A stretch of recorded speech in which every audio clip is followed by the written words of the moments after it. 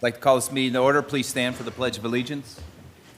Pledge allegiance to the flag of the United States of America and to the republic for which it stands, one nation, under God, indivisible, with liberty and justice for all. Mr. McCausland, can you please take roll?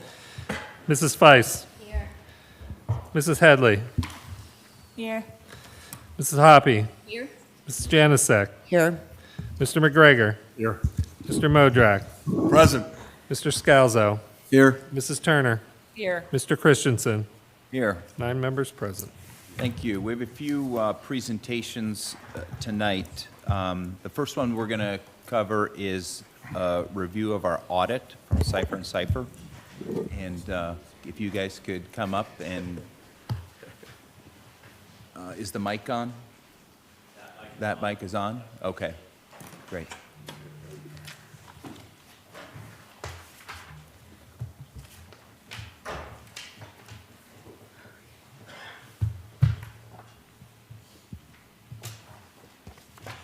Evening, board members. Thanks for inviting us here tonight.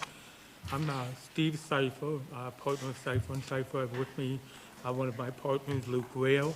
Luke and the staff did the audit this year, and we're here to report on those results.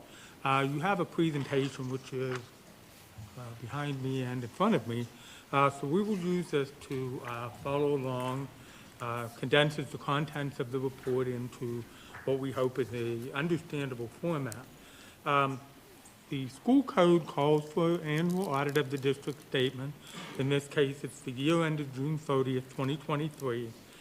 The important thing for the board to keep in mind is that everything in the financial statement is the responsibility of Dr. Walt and Mr. McCausland and his staff.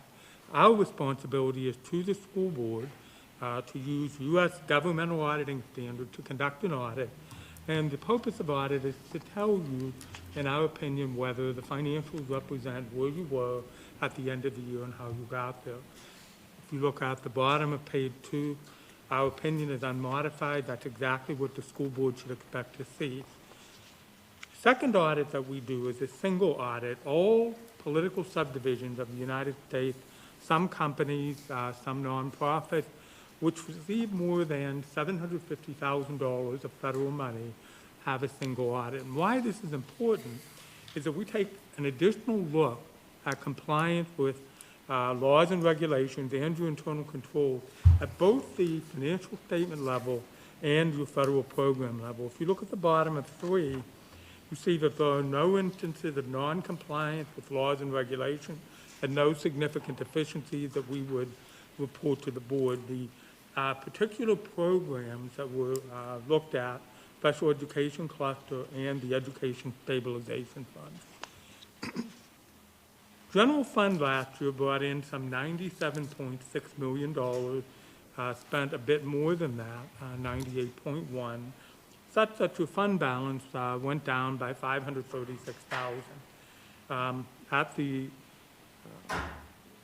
end of the year, 24,189,000 is the total fund balance.